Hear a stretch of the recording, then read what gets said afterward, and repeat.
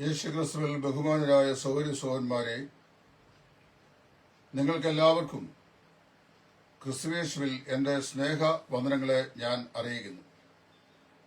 ഇന്ന് വളരെ വ്യത്യസ്തമായ ഒരു വീഡിയോ ആയുമായിട്ടാണ് ഞാൻ നിങ്ങളെ സമീപിക്കുന്നത്. നാം എല്ലാവരും അറിഞ്ഞിരിക്കുന്ന പോലെ ഗോസ്പൽ ഫോർ ഏഷ്യ എന്ന് പറയുന്ന വിശാലമായ ആത്മീക പ്രസ്ഥാനത്തിന്റെ പരമോന്നത നേതാവും ബിലീവേഴ്സ് ചർച്ചിന്റെ മെത്രാപ്പോലിത്തയും ആയിരുന്ന ഡോക്ടർ KP യോഹന്നാൻ കഴിഞ്ഞ ദിവസം അമേരിക്കയിലെ ഡാളസിലുണ്ടായ ഒരു വാഹനാപകടത്തിൽ തന്റെ പ്രഭാത നടത്തത്തിന് ഇടയ്ക്ക് അദ്ദേഹം ആ വാഹനാപകടത്തിൽ അകപ്പെടുകയും ഡാളസിലുള്ള മെത്തഡിസ്റ്റ് ആശുപത്രിയിൽ അടിയന്തര ശസ്ത്രക്രിയയ്ക്ക് വിധേയനായി തന്റെ ജീവനെ രക്ഷിപ്പാനായി ഡോക്ടർമാർ ഭഗീരഥ പ്രയത്നം ചെയ്തുവെങ്കിലും അതിനിടയിലുണ്ടായ ഹൃദയ സ്തംഭനം മൂലം അദ്ദേഹം വിട്ടുപിരിഞ്ഞ് കർത്താവിന്റെ സന്നിധിയിലേക്ക് മാറ്റപ്പെട്ടിരിക്കുന്നു. ഇന്നലെ വൈകിട്ട് തന്നെ ഈ വാർത്ത ലോകം മുഴുവൻ അറിയുവാനിടയായി തീർന്നു. ഇന്നത്തെ വർത്തമാന പത്രങ്ങളിൽ വളരെ സവിസ്താരമായ നിലയിൽ ഡോക്ടർ KP യോഹന്നാന്റെ വിയോഗത്തെ സംബന്ധിച്ച് വളരെ വ്യക്തമായി പത്രക്കാർ എഴുതിയിട്ടുണ്ട്. അദ്ദേഹത്തിന്റെ പൂർവകാല ചരിത്ര സംക്ഷിപ്തം മലയാള മനോരമ മുതലായ പത്രങ്ങൾ വളരെ ഭംഗിയായി അവതരിപ്പിച്ചിട്ടുണ്ട്. കേരളത്തിലെ നിരണം എന്ന് പറയുന്ന സ്ഥലത്ത് ഒരു അതിപുരാതനമായിരുന്ന മാർത്തോമ കുടുംബത്തില് യോഹന്നാൻ ആച്ചിയമ്മ ദമ്പതികളുടെ 6 മക്കളിൽ 6ാമനായിട്ടാണ് KP യോഹന്നാൻ എന്ന് പറയുന്ന ബാലൻ ജനിച്ചത്. 16ാമത്തെ വയസ്സിൽ അദ്ദേഹം ഓപ്പറേഷൻ മൊബിലൈസേഷനിലൂടെ ചേരുകയും ലോകം മുഴുവൻ ചുറ്റി സഞ്ചരിച്ച് കർത്താവായ യേശുക്രിസ്തുവിന്റെ സുവിശേഷത്തിന് സാഹിത്യ പ്രസിദ്ധീകരണങ്ങൾക്കൂടെയും മറ്റും സാക്ഷ്യം വഹിച്ചുകൊണ്ടിരുന്ന ലോഗോസ് എന്ന് പറയുന്ന ഷിപ്പിൽ അദ്ദേഹം അനേക രാജ്യങ്ങളിലൂടെ സഞ്ചരിച്ച് അമേരിക്കയിലെ ഡാളസ് എന്ന് പറയുന്ന സ്റ്റേറ്റിലെത്തി. അവിടെ എത്തിയ ശേഷം അമേരിക്കയിലെ ഡാളസിലുള്ള ഏതോ ഒരു സെമിനാരിൽ ചേർന്ന് അദ്ദേഹം ദൈവവചനം അഭ്യസിക്കുകയും അതേ കാലഘട്ടത്തിൽ തന്നെ സുവിശേഷ വേലയ്ക്കായി സ്വയം സമർപ്പിക്കുകയും കർത്താവിന്റെ വേലയ്ക്ക് പ്രയോജനപ്പെടണം എന്ന് ആഗ്രഹിച്ചുകൊണ്ട് ദൈവവേലയ്ക്കായി അധ്യയനം നടത്തുകയും ചെയ്ത ജർമ്മൻ സ്വദേശിയായിരുന്ന ഗിസ്ലയുമായി അദ്ദേഹത്തിന്റെ വിവാഹം അരങ്ങേറി. അങ്ങനെ അവർ കുടുംബജീവിതത്തിലേക്ക് പ്രവേശിച്ചു. ആ കുടുംബജീവിതത്തിലേക്ക് പ്രവേശിച്ച ശേഷം അദ്ദേഹത്തിന് കിട്ടിയ പ്രത്യേകമായ ഒരു ദർശനമായിരുന്നു ഭാരത സുവിശേഷീകരണം. ഇന്ത്യയിലെ എല്ലാ സ്റ്റേറ്റുകളിലും, പ്രത്യേകിച്ച് ഏഷ്യൻ രാജ്യങ്ങളിലും അതുപോലെ ആഫ്രിക്കൻ രാജ്യങ്ങളിലും ബിലീവേഴ്സ് ചർച്ച് എന്ന പേരിൽ അദ്ദേഹം തന്റെ പ്രവർത്തനം സമാരംഭിക്കുകയുണ്ടായി. ആ പ്രവർത്തനത്തിന് അദ്ദേഹം കേരളത്തിൽ വരുന്ന സമയത്ത് ബിലീവേഴ്സ് ചർച്ച് എന്ന് പറയുന്ന ആ പ്രസ്ഥാനത്തിന് മുമ്പായി ഗോസ്പൽ ഫോർ ഏഷ്യ എന്ന നിലയിൽ തിരുവല്ല മഞ്ഞാടി ആസ്ഥാനമാക്കി അദ്ദേഹത്തിന്റെ ഒരു ആസ്ഥാന മന്ദിരം പണിയുകയും തോട്ടഭാഗത്തിന് സമീപം അദ്ദേഹം ഒരു ആരാധനാലയം നിർമ്മിക്കുകയും ചെയ്തു. അങ്ങനെ ആ കാലഘട്ടങ്ങളിൽ അദ്ദേഹം തനിക്ക് ഒരുപാട് സഭാപൂർവ്വ ബന്ധങ്ങളുണ്ട്. മാർത്തോമായിലാണ് ജനിച്ചത്. ഓപ്പറേഷൻ മൊബിലൈസേഷൻ കൂടിയാണ് അദ്ദേഹം സന്നദ്ധ സുവിശേഷകനായി സുവിശേഷത്തിന്റെ വേലയിൽ പുരോഗമിച്ചത്. അമേരിക്കയിലെ ഒരു സെമിനാരിയിലാണ് വിദ്യാഭ്യാസം ചെയ്തത്. അതിനുശേഷം അദ്ദേഹം ഒരു ജർമ്മൻ യുവതിയെ വിവാഹം ചെയ്തു. എന്റെ അറിവ് ശരിയാണെങ്കിൽ അമേരിക്കയിലെ ഡാളസിലുള്ള ആദ്യകാല ബഡൻ സഭയുടെ അംഗങ്ങളായി ഇദ്ദേഹവും കിടങ്ങന്നൂർ സ്വദേശിയായിരുന്ന നിത്യത്തിൽ വിശ്രമിക്കുന്ന MK തോമസ് അവറുകളും ആദ്യകാല വിശ്വാസികളായി ബഡൻ സഭയിൽ അവിടെ ദൈവധാരാജിച്ചിട്ടുണ്ട്. അത് പിന്നീട് അദ്ദേഹം അവിടെയുള്ള ഒരു ബാപ്റ്റിസ്റ്റ് ചർച്ചിന്റെ അംഗമായിരിക്കുമ്പോഴാണ് അദ്ദേഹം ഭാരത സുവിശേഷീകരണത്തിനായിട്ടുള്ള ആ മിഷൻ പ്രവർത്തനങ്ങൾക്ക് വേണ്ടി ഇന്ത്യയിലേക്ക്, വിശേഷാൽ കേരളത്തിലേക്ക് വരുന്നത്. കേരളത്തിൽ വന്ന ആദ്യ നാളുകളിൽ അദ്ദേഹം ഒരു സ്വതന്ത്ര പ്രവർത്തകനായിട്ടാണ് മഞ്ഞാടി ആസ്ഥാനമായി തന്റെ പ്രവർത്തനം ആരംഭിച്ചിട്ടുള്ളത്.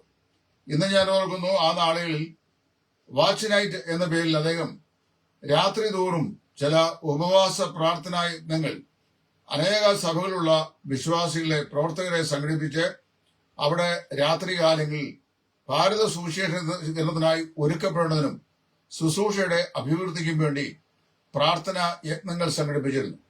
അനേക സുവിശേഷകന്മാരും പാസ്റ്റർമാരും രാത്രിയിലുള്ള ആ പ്രാർത്ഥനാ യജ്ഞത്തിൽ പോയി സംബന്ധിച്ചിട്ടുള്ളതായി ഞാൻ കേട്ടിട്ടുണ്ട്. ഞാൻ പോയിട്ടില്ല. എന്നെ അദ്ദേഹം ഒരിക്കൽ ക്ഷണിച്ചു, പക്ഷെ പോകാൻ എനിക്ക് സാവകാശം ഉണ്ടായില്ല. ഞാനൊരു മനസ്സും വെച്ചിരുന്നില്ല. അദ്ദേഹത്തെ ഞാൻ പരിചയപ്പെടുന്നത് ഏതാണ്ട് കുറെ വർഷങ്ങൾക്ക് അദ്ദേഹം ഈ തിരുവല്ലായിൽ വന്ന് ആ വർഷം തന്നെയാണ്. തിരുവല്ലായിൽ മഞ്ഞാടിയിലുള്ള വിശ്വവാണി സ്റ്റുഡിയോയിൽ ആ കാലത്ത് ഈ ആത്മീയ സന്ദേശങ്ങൾ റെക്കോർഡ് ചെയ്യുന്ന സംവിധാനം ഉണ്ടായിരുന്നു.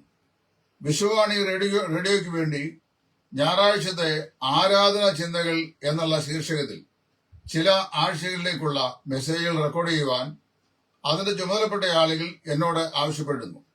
മുൻകാലങ്ങളിൽ ഫീവ റേഡിയോയ്ക്ക് വേണ്ടി ആ ശുശ്രൂഷ, അതായത് ഞായറാഴ്ചയിലെ ആരാധന ചിന്തകൾ ഏതാണ്ട് ഒരു വർഷത്തോളം ഞാൻ റെക്കോർഡ് ചെയ്ത് കൊടുത്തിട്ടുണ്ട്. കൂടാതെ പൗലോസ് സുഡിയന്റെ ബൈബിൾ വോയിസ് എന്ന് പറയുന്ന അദ്ദേഹത്തിന്റെ റേഡിയോ പ്രക്ഷേപണ പരിപാടിക്ക് വേണ്ടി പല പുസ്തകങ്ങളും പല സബ്ജക്റ്റുകളും ഞാൻ ഫീബ റേഡിയോയിൽ അവതരിപ്പിച്ചിട്ടുണ്ട്. ഒരു പക്ഷെങ്കിൽ അതേക്കുറിച്ചുള്ള അറിവുകൊണ്ടായിരിക്കണം വിശ്വവാണിയിലുണ്ടായിരുന്ന ഒരു സഹോദരൻ എന്നോട് ചില ഞായറാഴ്ചത്തെ ആരാധന ചിന്തകൾ റേഡിയോ വിശ്വവാണിയിൽ കൂടി സംപ്രേഷണം ചെയ്യാനുള്ളത് ചെയ്യാമോ എന്ന് ചോദിച്ചു. അതിനുവേണ്ടി ഞാൻ ഈ മഞ്ഞാടിയിലുള്ള വിശ്വവാണി സ്റ്റുഡിയോയുടെ അവിടെ ചെന്നു. ഞാൻ അവിടെ എന്റെ ടൈമിന് ചെന്നപ്പോൾ എന്നോട് ബന്ധപ്പെട്ട ഭാരവാഹികൾ പറഞ്ഞു, ഒരു 15 മിനിറ്റ് സാർ വെയിറ്റ് ചെയ്യണം, KP യോഹന്നാൻ അകത്ത് റെക്കോർഡ് ചെയ്തുകൊണ്ടിരിക്കുകയാണ് എന്ന് പറഞ്ഞു. അപ്പൊ KP യോഹന്നാനെ കുറിച്ച് അന്ന് ഞാൻ കേട്ടപ്പോൾ അദ്ദേഹം അമേരിക്കയിൽ നിന്ന് ഇവിടെ കേരളത്തിലേക്ക് വന്നയാളാണ്. എന്റെ ഭാവനയിൽ അമേരിക്കയിൽ നിന്ന് കേരളത്തിലേക്ക് മിഷണറിയായി വന്നിരിക്കുന്ന ഒരാളിനെ സംബന്ധിച്ച് അദ്ദേഹത്തിന്റെ ആകാര പ്രകൃതി, അദ്ദേഹത്തിന്റെ വസ്ത്രധാരണം, അദ്ദേഹത്തിന്റെ ജീവിതശൈലി, അദ്ദേഹത്തിന്റെ അപ്പിയറൻസ്, ഇതൊക്കെ വ്യത്യസ്തമായ ഒരു വീക്ഷണത്തിലായിരുന്നു എന്റെ മനസ്സുണ്ടായിരുന്നത്. ഒരു 10 മിനിറ്റ് കഴിഞ്ഞപ്പോൾ ഒരു മനുഷ്യൻ പുറത്തിറങ്ങി വന്നു. അത് ഡോക്ടർ KP യോഹന്നാനാണെന്ന് എനിക്ക് മനസ്സിലായിരുന്നില്ല. ഞാൻ ഉടനെ അടുത്ത് നിന്ന സഹോദരനോട് ചോദിച്ചു, ഡോക്ടർ KP അവിടെ റെക്കോർഡ് ചെയ്യാമെന്ന് പറഞ്ഞല്ലോ, എന്നിട്ട് എന്ത് ചെയ്യും അദ്ദേഹം എന്ന് ചോദിച്ചപ്പോ അദ്ദേഹം പറഞ്ഞു, ഇത് ഞാൻ അദ്ദേഹം പറഞ്ഞു, ഞാൻ തന്നെയാണ് KP എന്ന് പറഞ്ഞ് എനിക്ക് കൈ തന്നു. അദ്ദേഹത്തെ ഞാൻ പരിചയപ്പെടുമ്പോൾ എന്റെ ഭാര്യ പിതാവിന്റെ ജ്യേഷ്ഠൻ അദ്ദേഹത്തിന്റെ ആത്മീയ യാത്ര എന്ന് പറയുന്ന റേഡിയോ പ്രക്ഷേപണ പരിപാടിയുടെ തീം സോങ്, അതായത് അവതരണ ഗാനമായി എഴുതിയിരിക്കുന്ന ആശ്വാസദായകൻ യേശു നയിക്കുന്ന ആത്മീയ യാത്രയിൽ പങ്കുചേരൂ എന്നുള്ള ആ തീം സോങ് എഴുതി അതിന് ട്യൂൺ ചെയ്ത് കൊടുത്തത് എന്റെ ഭാര്യ പിതാവിന്റെ ജ്യേഷ്ഠ സോഹൻ ഐമനം ബേബിയാണ്. അദ്ദേഹത്തോടത്താണ് ഞാൻ വിശ്വവാണി സ്റ്റുഡിയോയിൽ ചെല്ലുന്നത്. അപ്പോ KP യോഹന്നാനെ ഞാൻ കണ്ടപ്പോൾ എന്റെ ഭാവനയിൽ ഉണ്ടായിരുന്ന മനുഷ്യനായിരുന്നില്ല അദ്ദേഹം. അദ്ദേഹത്തിന് സ്യൂട്ടില്ല, പിന്നെ ഷോസ് ഇല്ല, അതുപോലെ തന്നെ വിലയേറിയ വസ്ത്രധാരണമില്ല. അദ്ദേഹത്തെ കണ്ടാൽ ഏതെങ്കിലും ഒരു എക്സ്റ്റേണൽ അപ്പിയറൻസിൽ, ബാഹ്യമായ പ്രകടനങ്ങളിൽ യാതൊരുവിധ ആകർഷകമായിരിക്കുന്ന അപ്പിയറൻസും ഉണ്ടായിരുന്നില്ല. സാധാരണയായി നമ്മൾ വീട്ടിലൊക്കെ റൂമിനകത്ത് ഉപയോഗിക്കുന്ന ഒരു റബ്ബറിന്റെ ചാപ്പൽ, പാരകണ്ട ഒരു ചാപ്പൽ അദ്ദേഹത്തിന്റെ കാലിലുണ്ട്. അത് ഞാൻ ശ്രദ്ധിച്ചു. സ്റ്റുഡിയോയിൽ നിന്ന് ഇറങ്ങി വരികയാണ്. ഒരു ഒറ്റ കരയുള്ള, നീലക്കരയുള്ള ഒരു ഒറ്റമുണ്ട്. അതുപോലെ തന്നെ ഈ ഒരു കരയൻ ഷർട്ട്, കരയുള്ള ഒരു ഷർട്ട്, ഒരു സാധാരണക്കാരനെ പോലെ ഒരു ഹാഫ് ഷർട്ട്, ഇത് വിട്ട ഒരു മനുഷ്യൻ. അപ്പൊ ഇദ്ദേഹത്തിന്റെ കാഴ്ചയിൽ എനിക്ക് ഇദ്ദേഹത്തെ ഒരു ഹംബിൾ മാനായി പ്രഥമത തോന്നി. അപ്പൊ അദ്ദേഹം ഒരു 10-15 മിനിറ്റിനോട് സംസാരിച്ചു. അതിനുശേഷമാണ് ഞാൻ സ്റ്റുഡിയോയിൽ കയറിയത്. അപ്പൊ ഞാൻ സംസാരിക്കുകയിൽ ഒരു 15 മിനിറ്റ് കൊണ്ട് അദ്ദേഹം എന്നോട് പറഞ്ഞു, താങ്കളെ പോലെയുള്ള യുവ സഹോദരന്മാരെയാണ് ഭാരത സുവിശേഷീകരണത്തിന് ആവശ്യം, അതുകൊണ്ട് എന്നെ കാണണം എന്ന് പറഞ്ഞു. ഞാൻ അന്ന് വാസ്തു പറഞ്ഞു കഴിഞ്ഞാൽ വെറും ഒരു പിളറുകാൻ എന്ന് പറഞ്ഞേക്കാൾ തീവ്രവാദിയായ ഒരു പിളറുകാൻ എന്ന് പറഞ്ഞാൽ ജീവിച്ചാൽ ബ്രദറൻ സഭയ്ക്ക് വേണ്ടി, പ്രവർത്തിച്ചാൽ ബ്രദറൻ സഭയ്ക്ക് വേണ്ടി, മരിച്ചാൽ ബ്രദറൻ സഭയ്ക്ക് വേണ്ടി എന്നുള്ള ഒരു രൂക്ഷമായിരിക്കുന്ന ചിന്താശകലമുള്ള ആളായിരുന്നു ഞാൻ. അപ്പോൾ ഏതായാലും അദ്ദേഹത്തെ കാണുമെന്ന് പറഞ്ഞു. ഞാൻ അദ്ദേഹത്തെ കാണാൻ പോയില്ല. ഞങ്ങൾ നമ്മളോട് പിരിഞ്ഞു. അതിനുശേഷം ഞാൻ സ്റ്റുഡിയോയിൽ കയറി എന്റെ മെസ്സേജ് റെക്കോർഡ് ചെയ്തു. അങ്ങനെ റെക്കോർഡ് ചെയ്ത ശേഷം ഞാൻ അദ്ദേഹം വേറൊരു 1-2 ആഴ്ച കഴിഞ്ഞപ്പോൾ അദ്ദേഹം എന്നെ കോണ്ടാക്ട് ചെയ്തു. എന്നെ കോണ്ടാക്ട് ചെയ്ത് അദ്ദേഹത്തെ കാണണം എന്ന് പറഞ്ഞു. ഞാൻ അദ്ദേഹത്തെ കാണാനായിട്ട് അദ്ദേഹത്തിന്റെ മഞ്ഞാടിയുള്ള ഓഫീസിൽ ചെന്നു. വളരെ ഹൃദ്യമായ നിലയിലുള്ള ഒരു സമീപനവും അതുപോലെ തന്നെ വളരെ പൊളൈറ്റ് ആയിട്ടുള്ള ഇടപെടലുകളും ക്രിസ്തുയേശുവിന്റെ താഴ്മയും വിനയവും ഒക്കെയുമുള്ള ഒരു സാധാരണക്കാരൻ, അദ്ദേഹത്തിന്റെ ഓഫീസിൽ ജോലി ചെയ്യുന്ന ആൾക്കാർ നല്ല ടിപ് ടോപ്പായി നടക്കുമ്പോൾ ഇദ്ദേഹം ഒരു സാധാരണക്കാരനെ പോലെ ആ കോമ്പൗണ്ടിൽ നിൽക്കുകയും അദ്ദേഹത്തിന്റെ ഓഫീസ് റൂമിൽ ഇരിക്കുകയും ചെയ്തുകൊണ്ട്, അപ്പൊ അദ്ദേഹം എന്നെ തന്റെ ഓഫീസ് റൂമിലേക്ക് വിളിച്ച് എന്റെ തിയോളജിക്ക് ട്രെയിനിങ്ങിനെ സംബന്ധിച്ചു, ഞാൻ പഠിച്ച കോളേജിനെ കുറിച്ചൊക്കെ ചോദിച്ചു. അപ്പൊ എന്റെ സംസാര ശൈലി അദ്ദേഹത്തിന് വളരെ ഇഷ്ടപ്പെട്ടു. അദ്ദേഹം എന്ന് പറഞ്ഞു, അദ്ദേഹത്തിന്റെ അന്ന് തോട്ടഭാഗത്താണ് അദ്ദേഹത്തിന്റെ സെമിനാരി നടക്കുന്നത്, കൊച്ചു സെമിനാരിയാണ്. ആ സെമിനാരിയിൽ ടീച്ചിങ് പോസ്റ്റിനായി ജോയിൻ ചെയ്യാമോ എന്ന് ചോദിച്ചു. അപ്പൊ ഞാൻ അദ്ദേഹത്തോടെ ബ്ലാറ്റൻലി അത് റിജക്ട് ചെയ്തു. കാരണം എന്താണെന്ന് ചോദിച്ചു കഴിഞ്ഞാൽ, അതേ ഒരു പുതിയ പ്രസ്ഥാനവുമായി മുമ്പോട്ട് വന്നിരിക്കുകയാണ്. അദ്ദേഹം ഇവിടെ നാട്ടിൽ വന്നു കഴിഞ്ഞപ്പോൾ ഞാൻ മുമ്പേ സൂചിപ്പിച്ച പോലെ മാർത്തോമ ഊർജിൻ, അത് കഴിഞ്ഞ് ഏതാനും നാളുകളിൽ ഡാളസിലെ ബെഡറൻ ചർച്ചിൽ, പിന്നീട് ബാപ്റ്റിസ്റ്റിൽ മടങ്ങി മഞ്ഞാടി വന്നു കഴിഞ്ഞപ്പോൾ ബാപ്റ്റിസ്റ്റും ബ്രദറും അല്ലാത്ത ഒരു പെന്തക്കോസ്റ്റൽ ചായ്വോട് കൂടിയ ഒരു സ്വതന്ത്ര നിലപാട് പോലെ ഉള്ള ഒരു പ്രാർത്ഥനാ കൂടിവരവ് അദ്ദേഹം തുടങ്ങി. ആ പ്രാർത്ഥനാ കൂടിവരവായപ്പോൾ എനിക്ക് അങ്ങനെ ഒരു സമീപനത്തോട് എനിക്ക് മനസ്സുകൊണ്ട് യോജിക്കാനായിട്ട് തോന്നിയില്ല. അത് തന്നെയല്ല, അങ്ങനെ ആയിരുന്നെങ്കിൽ ഞാൻ പഠിച്ച സെമിനാറിൽ തന്നെ എനിക്ക് സെലക്ഷൻ കിട്ടിയാണ് സ്റ്റേറ്റ്സിലേക്ക്. ഞാൻ പോയതാണല്ലോ, പല പ്രാവശ്യം ഞാൻ ഓർപ്പിച്ചിട്ടുണ്ട്. അപ്പൊ അങ്ങനെ വരുമ്പോ ഞാൻ അദ്ദേഹത്തോട് പറഞ്ഞു, എനിക്ക് ഏതെങ്കിലും ഒരു സംഘടനയുടെ 4 വോളിനകത്ത് ഒതുങ്ങി ഒരു ശുശ്രൂഷ ചെയ്യുന്നതിനോട് താല്പര്യമില്ല. എന്നാൽ അതുകൊണ്ട് തന്നെ ഞാൻ ആ പ്രവർത്തനത്തിൽ അങ്ങനെ ഒരു ഫുൾ ടൈം മിനിസ്റ്ററായി അദ്ദേഹത്തിനോട് ചേരാൻ സാധിക്കില്ല എന്ന് അദ്ദേഹത്തിന് പറഞ്ഞു. വളരെ സങ്കടത്തോടെയാണ് ഞങ്ങൾ നമ്മൾ യാത്ര പറഞ്ഞത്. എന്നാൽ എനിക്ക് അദ്ദേഹത്തിന്റെ ഹ്യൂമിലിറ്റിയും അദ്ദേഹത്തിന്റെ പ്രവർത്തന രീതിയും ഒക്കെ എന്നെ വളരെ ആകർഷിക്കുകയും ചെയ്തു. അതിനുശേഷമാണ് അദ്ദേഹത്തിന്റെ ഈ മഞ്ഞാടിയിലുള്ള ആ ബഹുനില കെട്ടിടം, അതിന്റെ എന്റെ ചൈൽഡ് വർക്ക് എല്ലാം ഞാൻ എന്റെ ഒരു സ്നേഹിതൻ, പുല്ലാട്ടൂർ സഹോദരൻ സ്നേഹിതന് ഞങ്ങൾ നമ്മളുടെ പരിചയം അനുസരിച്ച് ഞാനാണ് ഇൻട്രൊഡ്യൂസ് ചെയ്ത് കൊടുത്തത്. അപ്പൊ അതെല്ലാം ചെയ്ത അവരാണ്. അപ്പൊ അങ്ങനെ ചെയ്തു, പ്രവർത്തനം മുമ്പോട്ട് വന്നു. അത് കഴിഞ്ഞ് കുറെ നാൾ കഴിഞ്ഞ ശേഷമാണ് ബിലീവേഴ്സ് ചർച്ച് എന്ന പേരിൽ അദ്ദേഹത്തിൻ്റെതായ സ്വതന്ത്രമായ ഒരു പ്രവർത്തന ശൈലി ആരംഭിക്കുന്നു. നാടാകെയുള്ള സ്ഥലങ്ങളിൽ അദ്ദേഹം വസ്തുക്കൾ വാങ്ങുകയും ആരാധനാ മന്ദിരങ്ങൾ ഉണ്ടാക്കുകയും ബിലീവേഴ്സ് ചർച്ചിലേക്ക് ആളുകളെ കൂട്ടുകയും ചെയ്തുകൊണ്ടിരുന്നു. പ്രവർത്തന ശൈലി സംബന്ധിച്ച് അല്പമല്ലാത്ത വ്യത്യസ്തത ഉണ്ടായിരുന്നെങ്കിലും അദ്ദേഹത്തിന്റെ റേഡിയോ പ്രഭാഷണ പരമ്പര എന്നെ എന്നല്ല, മലയാളക്കരയിലെ ഗ്രാമീണ മേഖലയിൽ ജീവിച്ചു വന്ന സാധാരണക്കാരായ ആളുകളെ ഹഠാകർഷിച്ച ഒരു ആത്മീക പ്രോഗ്രാമായിരുന്നു. ഒരു പ്രത്യേകത ഞാൻ ചോദിച്ചു കഴിഞ്ഞാൽ, നാട്ടുഭാഷയിൽ നാട്ടുകാരുടെ കൊളോക്കിയൽ എക്സ്പ്രഷനിൽ വളരെ സരളമായ നിലയിൽ ആളുകളെ രസിപ്പിക്കുകയും ചിന്തിപ്പിക്കുകയും ചെയ്യുന്ന നിലയിലുള്ള ധാരാളം പ്രഭാഷണങ്ങൾ അദ്ദേഹം റേഡിയോ ചെയ്യുന്നുണ്ട്. വെളുപ്പാങ്കാലത്ത് അതിരാവിലെ കിടക്കപ്പായിൽ എഴുന്നേൽക്കുമ്പോൾ കേരളത്തിലെ എവിടെയും മലയാളികളുള്ള എല്ലാ സ്ഥലങ്ങളിലും റേഡിയോ ഓൺ ചെയ്തു കഴിഞ്ഞാൽ, ഇത് ഞാൻ KP യോഹന്നാൻ, ഇത് ആത്മീക യാത്ര, ആശ്വാസദായകൻ യേശു നയിക്കുന്ന ആത്മീയ യാത്രയിൽ പങ്കുചേരൂ എന്നുള്ള സ്വാഗത അവതരണ ഗാനവുമായിട്ടാണ് ഇദ്ദേഹത്തിന്റെ പ്രഭാഷണ പരമ്പര ആരംഭിക്കുന്നത്. ഇദ്ദേഹത്തിന്റെ പ്രവർത്തന മുഖാന്തരമായി അസംഖ്യ മദ്യപാനികളായ ആളുകൾ തങ്ങളുടെ മദ്യപാനം നിർത്തി ക്രൈസ്തവ വിശ്വാസ വീക്ഷണത്തിലേക്ക് വരുവാൻ ഇടയായിട്ടുണ്ട്. ഇത് നിങ്ങളെ തമാശയായിട്ട് ഞാൻ പറഞ്ഞല്ല. ഹൈറേഞ്ച് മേഖലകളിലും മലബാർ മേഖലകളിലൊക്കെ തിരുവട്ടാർ കൃഷ്ണൻകുട്ടിയുമായി ഞങ്ങൾ യാത്ര ചെയ്യുന്ന സമയത്ത് അനേക ആളുകൾ അവരുടെ വായിൽ നിന്ന് അവർ പറഞ്ഞ സാക്ഷ്യം കൊണ്ട് ഞാൻ കേട്ട കാര്യമാണ്. അപ്പോൾ ഞങ്ങളോട് ചോദിക്കുന്നത് തന്നെ KP യോഹന്നാൻ ആളിലാണോ എന്നാണ്. കാര്യം അദ്ദേഹം വളരെ ചുരുങ്ങിയ കാലം കൊണ്ട് തന്റെ റേഡിയോ പ്രഭാഷണ പരമ്പരയിലൂടെ അദ്ദേഹം വളരെ പ്രസിദ്ധനായി തീർന്നു. സരളമായ ഭാഷ, ലളിതമായ ഭാഷ, അതും മനുഷ്യന്റെ സംസാര ഭാഷാ രീതി, ഗ്രാമീണ ആളുകളുടെ തനതായ പ്രശ്നങ്ങൾ, ഇതൊക്കെ സരളമായ നിലയിൽ കൈകാര്യം ചെയ്യും. തന്റെ ഫലിതോക്തമായ അതേസമയത്ത് ഗൗരവമുള്ള പ്രഭാഷണ രീതിയിൽ കൂടെ കേൾവിക്കാരെ ഹഠാകർഷിക്കാൻ പ്രത്യേകമായ ഒരു കഴിവുള്ള മാന്യദേഹമായിരുന്നു അദ്ദേഹം.